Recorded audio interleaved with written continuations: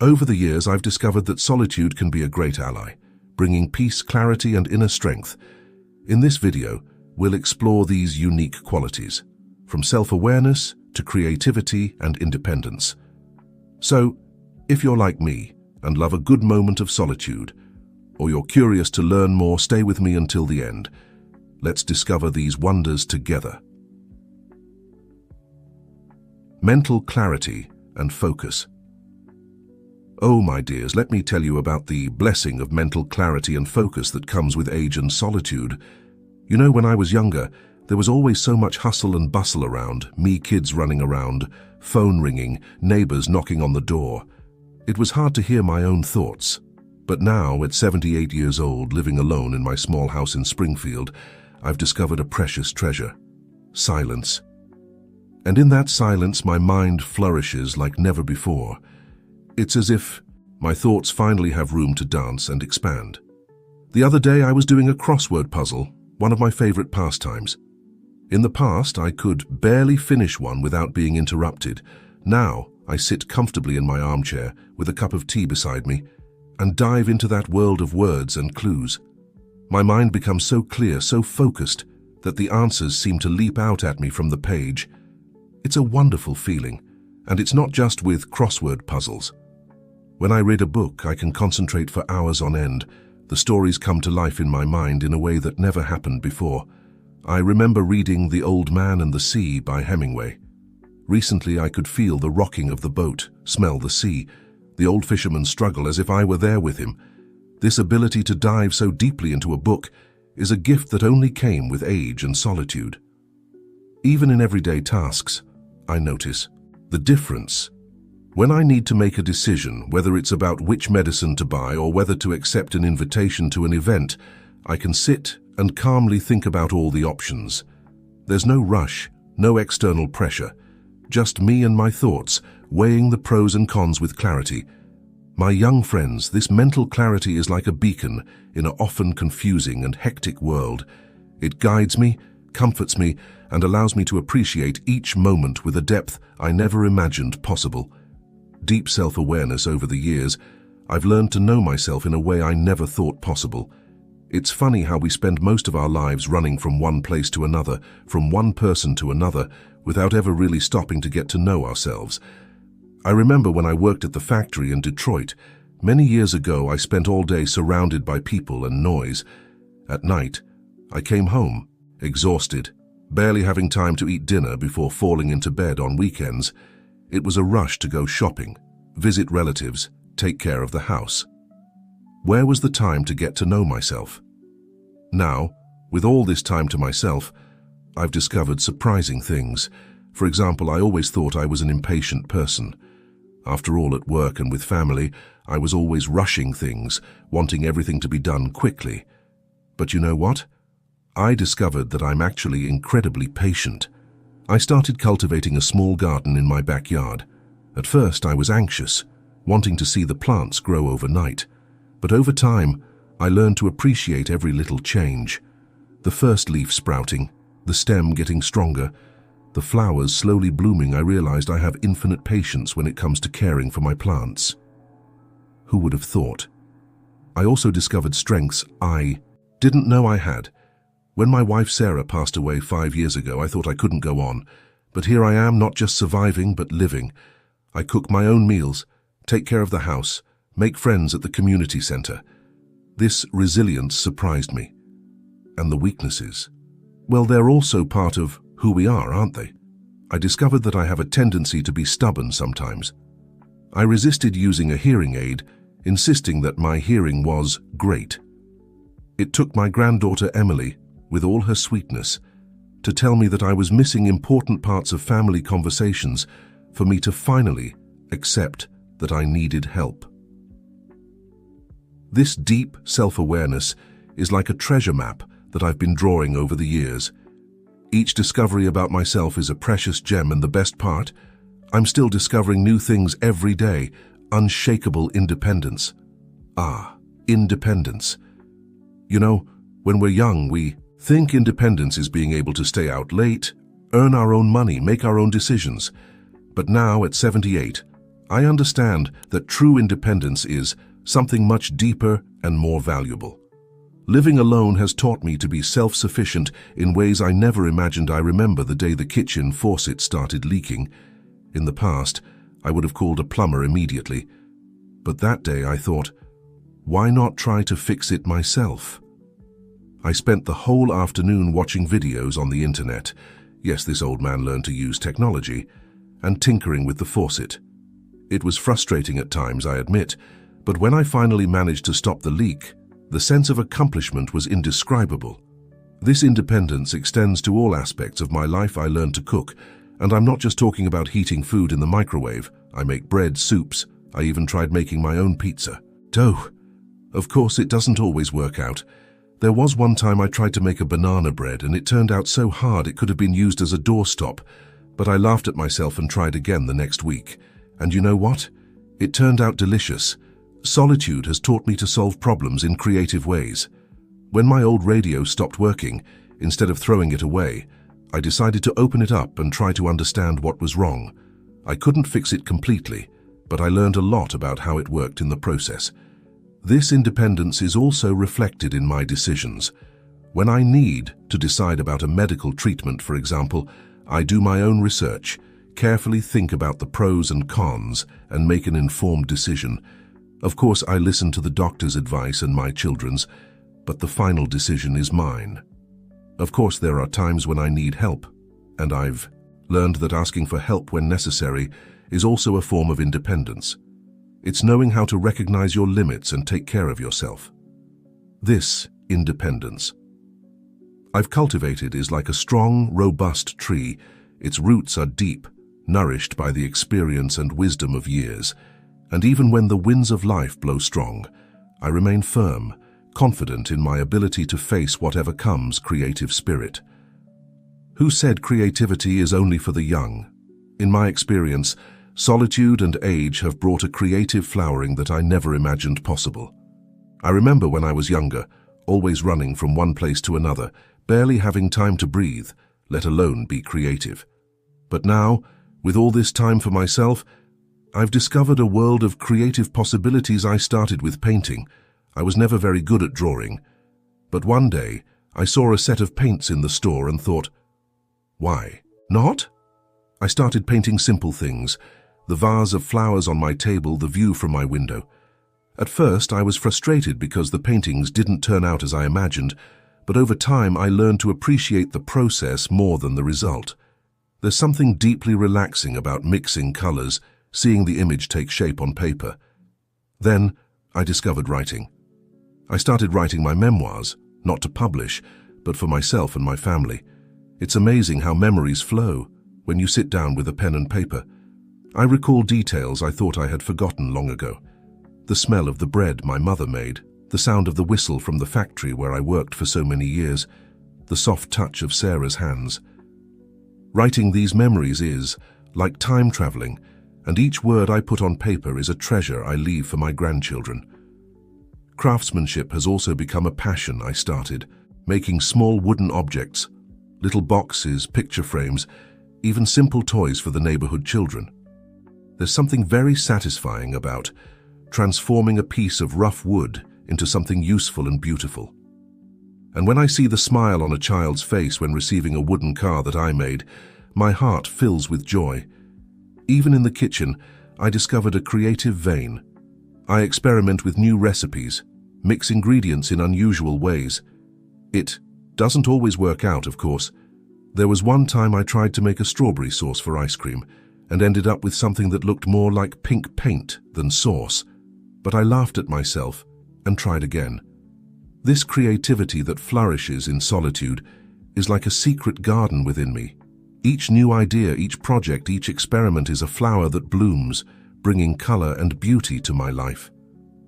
And the best part, there are no limits, no rules. I'm free to create whatever my heart desires. Rich inner life. The richness of inner life. It's like a treasure chest full of jewels that I've been accumulating over the years. And now, in the solitude of my days, I have the pleasure of exploring and appreciating. You know, when I was younger, I was always concerned with the outside world. Work, bills, responsibilities, I barely had time to listen to my own thoughts. But now, at 78, I've discovered an entire universe within me. Sometimes I spend hours sitting in my favorite armchair, looking out the window. To someone on the outside, it might seem like I'm not doing anything. But in reality, I'm traveling through my memories, reflecting on life, contemplating the world I remember one day last spring, when I saw a sparrow building its nest in the tree in my backyard. I watched for days, seeing how it worked tirelessly, bringing twigs and leaves. And as I watched, my mind wandered. I thought about persistence, about the instinct to create a home, about the cycle of life. Suddenly, that little sparrow became a teacher, teaching me profound lessons about life. Another thing that enriches my inner life is books. Oh, how I love to read. Each book is a door to a new world, a new perspective. Recently I read 100 Years of Solitude by Gabriel Garcia Marquez.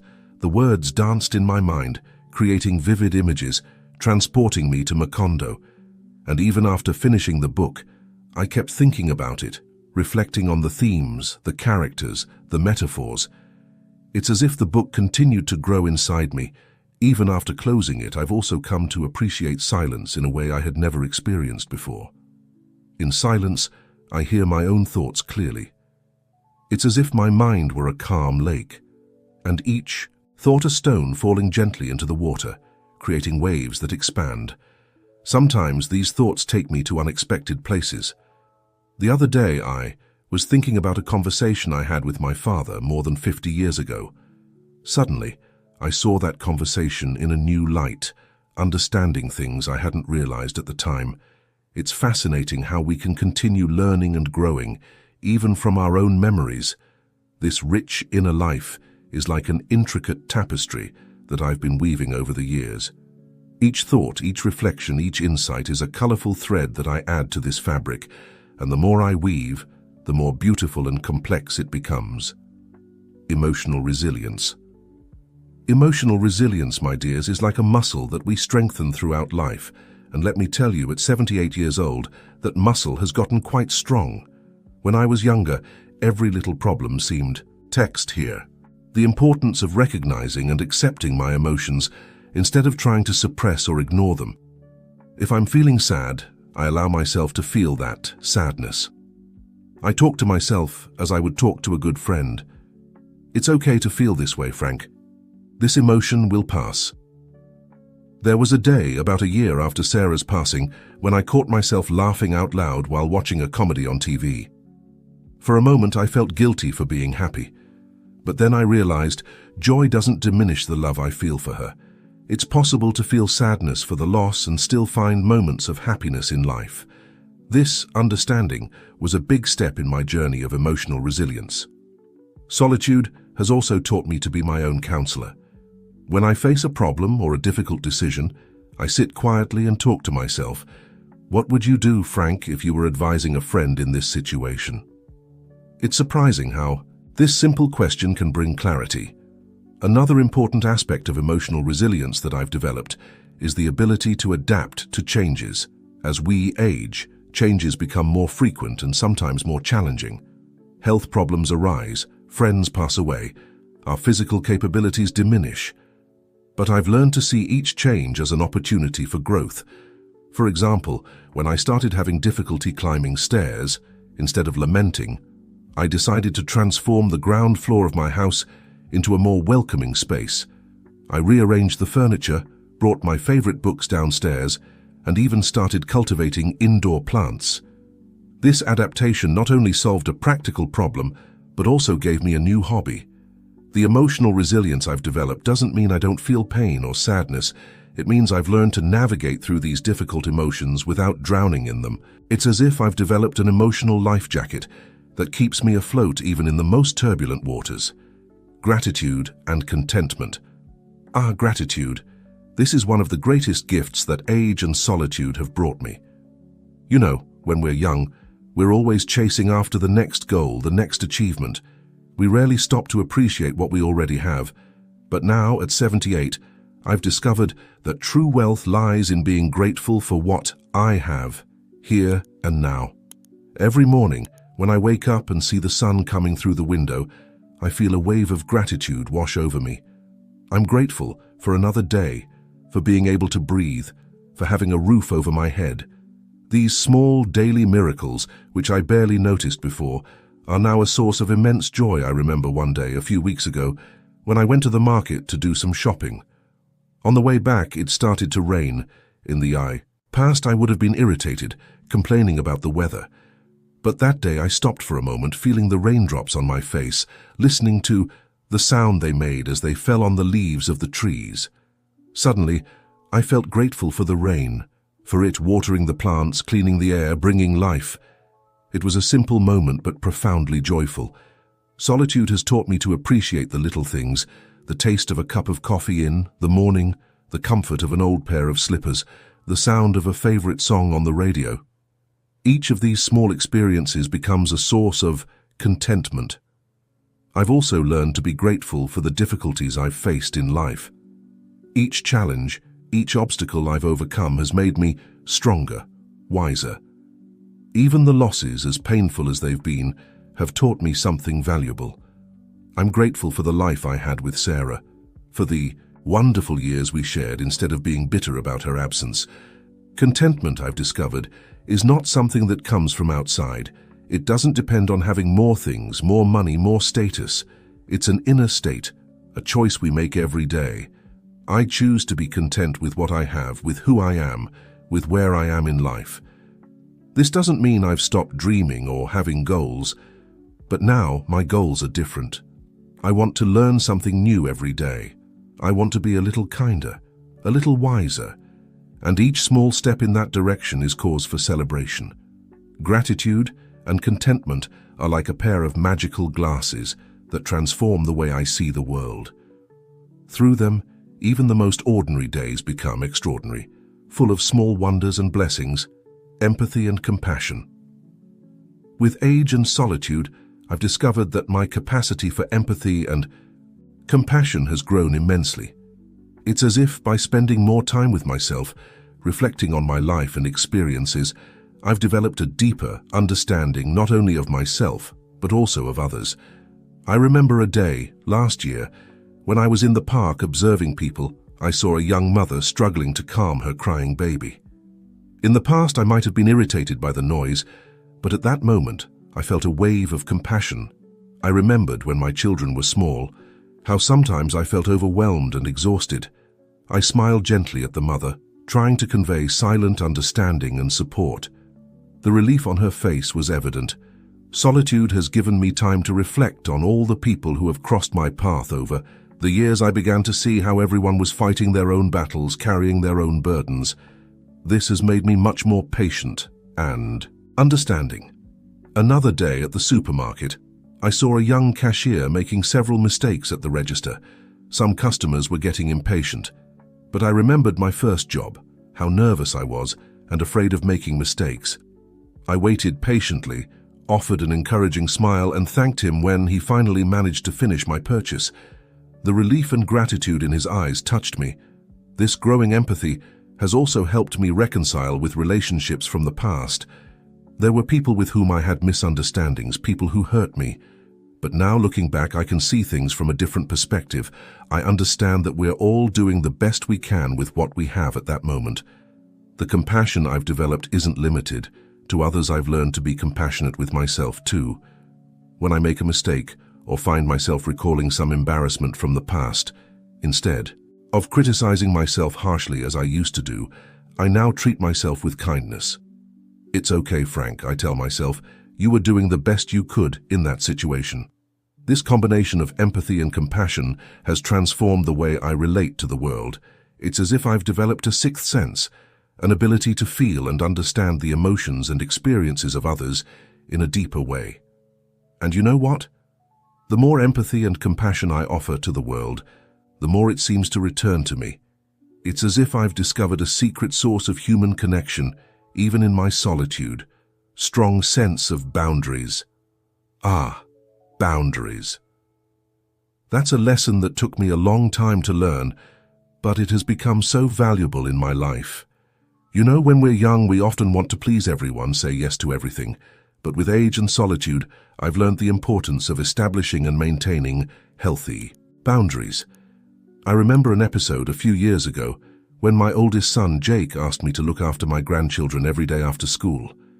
In the past, I would have agreed immediately, wanting to be useful and spend time with them. But I realized that would be too much for me. I needed my time to rest, to dedicate myself to my hobbies, to simply be alone. It was difficult, but I explained that I could look after them twice a week, no more. I set a boundary. At first, I felt guilty, but I soon realized that this boundary was not only good for me, but also for my family. On the days I spent with my grandchildren, I was more willing, more patient, more present. The quality of our time together improved significantly. I also learned to set boundaries regarding my time and energy. Before, I used to say yes to every invitation, every request for help, every social commitment. Now, I carefully evaluate if I have the energy and desire to participate.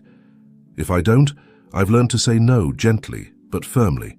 This doesn't mean I've isolated myself from the world. On the contrary, by setting clear boundaries, the interactions I choose to have become more meaningful and rewarding. It's as if I've learned to protect my inner peace, my emotional well-being. The boundaries also extend to physical space. My house has become my sanctuary, and I've learned to be selective about who I invite into this space. When I receive visitors, I set clear times, beginning and end. This allows me to fully enjoy the company of others, knowing that I'll have time for myself afterward. Setting boundaries isn't always easy. Sometimes people don't understand. They get upset. But I've learned that it's impossible to please everyone all the time. The most important thing is to take care of myself so that I can be present and available in a genuine way when I choose to be with others. These boundaries are like a fence around a precious garden, the garden of my inner peace and well-being. They protect what is valuable to me, allowing me to flourish and grow in my own way. Increased appreciation for relationships. Relationships. How they have transformed over the years and with the experience of solitude. You know, when we're young, we often lose ourselves in the quantity of relationships we have. Friends, co-workers, acquaintances. It seemed that the more, the better. But now, at 78, I've discovered the true value of quality over quantity. Solitude has taught me to deeply appreciate the genuine connections I have. Each interaction, each conversation, each moment shared with someone has become precious. It's as if each encounter were a rare gem that I carefully examine, appreciating each facet. I remember having coffee with my old friend Tom a few weeks ago.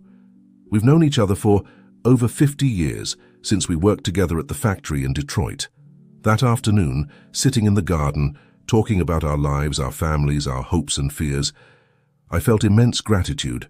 Every word, every shared laugh, every moment of comfortable silence between us, everything seemed more meaningful, more valuable. Solitude has also taught me to value the small gestures in relationships, the surprise phone call from my daughter Lisa in the middle of the week, just to see how I'm doing. The postcard my grandson Alex sent me from his school trip. The friendly wave from the neighbor when I'm watering the plants. Each of these moments becomes a source of joy and connection. I've learned to be truly present when I'm with someone. No distractions, no thinking about what I need to do next. Just being there, fully engaged in the conversation, in the company. It's surprising how this enriches interactions. At the same time, solitude has taught me to appreciate the balance between being with others and being alone. Now I savor both, the moments of connection and the moments of solitude. It's like a delicate dance between two equally valuable states. Family relationships, in particular, have gained a new depth. With my children, for example, our relationship has evolved from a parent-child dynamic to a mature and respectful friendship. We share not only joys, but also concerns, challenges. And there's a special beauty in seeing my children as the incredible adults they've become. With my grandchildren, every moment is precious. Their visits bring an energy and joy that light up my days. But I've also Learn to appreciate the silence that follows after their departures, reflecting on the stories we shared, the laughs we exchanged. This increased appreciation for relationships doesn't mean that all interactions are easy or pleasant. There are still challenges, misunderstandings sometimes, but I've learned to see even these difficult moments as opportunities for growth, for mutual understanding. In the end, I realized that the true richness of life lies in the connections we form, in the lives we touch and that touch us. Solitude has taught me not to take any of these connections for granted, to cultivate them with care and gratitude. Each relationship, each interaction is like a bright star in the sky of my life. And just as an astronomer appreciates each star in the night sky, I've learned to appreciate each person, each shared moment, as something truly special and unique.